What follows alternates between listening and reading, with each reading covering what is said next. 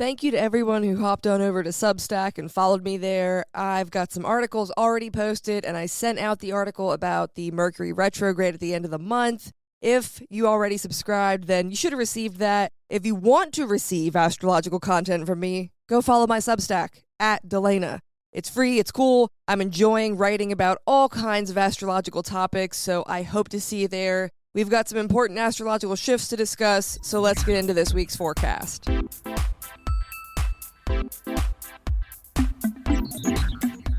Happy new moon. It feels like it wasn't that long ago that we were having a full moon on a Sunday, and now we're here with a new moon on a Sunday. I can only hope this new moon doesn't hit me as hard as the last lunar event did, because that was gnarly. I made some awesome changes, but gnarly nonetheless.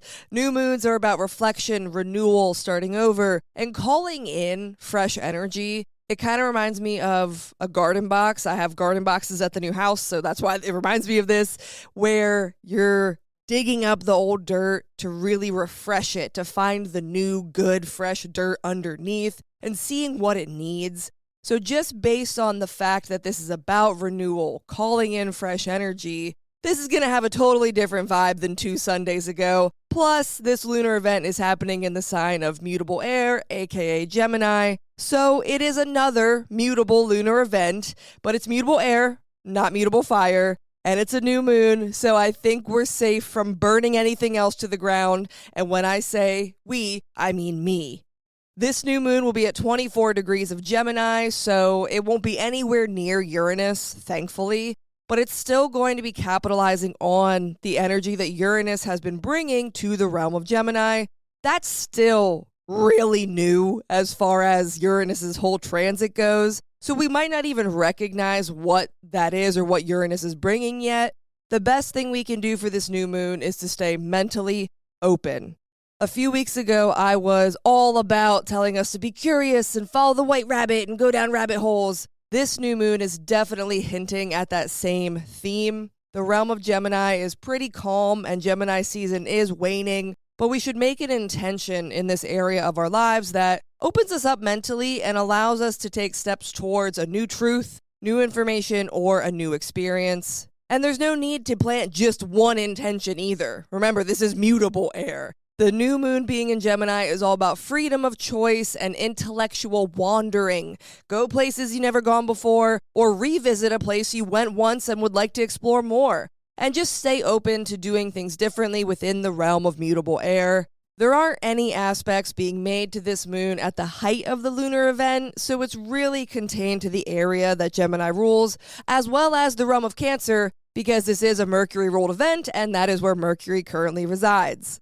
Last week, we had a ton of movement in Cancer with the hyperbenefic conjunction between Venus and Jupiter. I was honestly so exhausted around that time. It did not feel super benefic, even though I know it was. There was goodness swirling, there were good things happening, but it still felt just kind of overwhelming, which is what I feel like the totality of Jupiter and Cancer has been. It's either been super overwhelming or super underwhelming.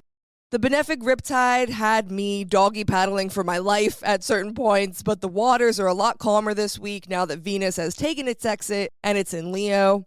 After the new moon today, Sunday, June 14th, there's a slew of Venus aspects. I think it was last week or the week before where I was giving the side eye to the generational planets saying that they're up to something and that I was keeping my eye on them. These aspects with Venus are case in point. From Monday to Wednesday, Venus is going to be making aspects with all the generational planets. Because remember, they're all in cahoots. They're all within a few degrees of each other, and they're all in either fire or air signs. So Venus starts its time in Leo by making a sextile with Uranus, a trine with Neptune, and then an opposition with Pluto.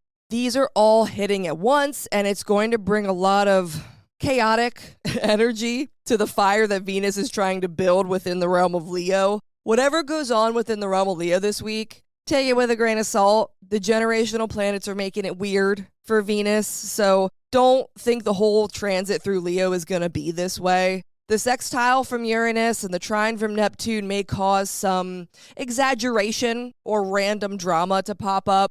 We might be a little dramatic ourselves, especially when dealing with others or with money. This will pass quickly, and it's going to be out the door by the end of the week. So again, try to not let it twinge your view of what this transit can bring, because I really do love Venus and Leo. I think it can be such a beautiful fire, a dramatic flare. It can be creative and expressive and just bring warmth. But these aspects with the generational planets are just making it weird.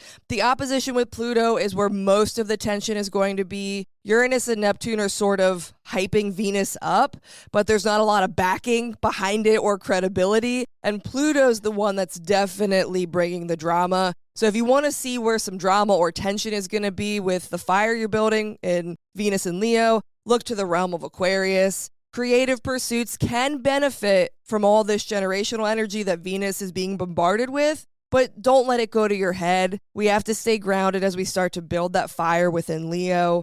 It's okay to be spicy and want to bring some life to the party, but just make sure you know what you're doing and why you're doing it, and that you're not feeding into the hype, feeding into the drama, feeding into the messiness. It's like when you have those friends that live for the drama and for being messy. Maybe I was just a party girl, so I had those type of friends for a while, but they lived for you being messy, and they push you to do things that are not in your best interests, but it makes it good and it makes it fun. It's a good story. That's the energy you need to watch out for throughout the week until Venus gets away from the party girl generational planets. Then once Venus is free from those influences, we can start to actually build a sustainable fire within the realm of Leo. The other heavy hitter for the week comes on Friday. Chiron is going to ingress into Taurus. Now, before anyone throws a party or cheers, this is not the end of Chiron in Aries. There will be a retrograde in August that kicks Chiron back into Aries in September. It won't be until April of 2027 that Chiron is fully done with cardinal fire. This is a nice little breather, though, and it's a preview of what's to come with Chiron and Taurus. This roughly 3-month preview of Chiron and Taurus will have us examining a whole new wound. It's like a whole new world, but it's a whole new wound. It makes me want to sing it real bad, but I am not going to embarrass myself by singing that. It won't be super in-depth because the time frame is so short, but it'll be just long enough to realize that something else is bothering us or that we have a different wound coming to the surface. It's like when you finally realize you need to get something looked at. That's what the next 3 months will be like within the realm of Taurus. The themes of the wound are also going to change. Instead of cardinal fire and us looking at autonomy, aggression, passion, self-reliance, we're going to be working with fixed earth, themes of security, basic needs, patience, endurance, and the physical world. That's just to name a few. I'll have an article on Substack about Chiron and Taurus when the ingression is fully cemented next April, probably a little bit before then so you can read about it. But make sure you subscribe so you don't miss it. And remember, it's free. All you need is an email. The house that Chiron ingresses into will also play a role in how those themes come to life. If Taurus is your 7th house, then it might bring about wounds around what makes you feel secure in a relationship or how the other manages their resources and how that impacts you. If it's your 10th house, it's going to be much more career-centered and big life achievement-centered. You're going to be examining wounds around feeling stuck or stagnant within career and balancing those wounds with your real-world monetary needs. And remember, this is just a preview, so don't expect a ton to happen in the next 3 months. But if you do have prominent Taurus placements, then Chiron dipping its hoof into Taurus may feel more intense for you. The week is sort of sandwiched between the new moon in Gemini and Chiron's ingression into Taurus. If you're listening in real time on Sunday, then take the day to let your mind wander, see where it goes. The realm of Gemini should stay open to all the information, all the possibilities. As the week progresses, we need to keep Venus's fire in check and make sure we're building our hearth with sustainable materials, not just party girl messy vibes. And we end the week with Chiron flipping the script just for a moment.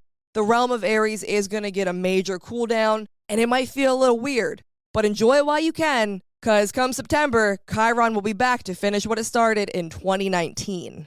Have a great week, and remember to stay curious. Thank you for tuning into this week's forecast. If you want more astrological content, including horoscopes, retrograde guides, and astro ramblings, then subscribe to my Substack, @Delana. It's the best way to keep up to date with my work and to never miss a post. To book a reading with me, sign up for my mailing list on my website, moonmattersastrology.com. I'll meet you back here next week, but until next time, later days.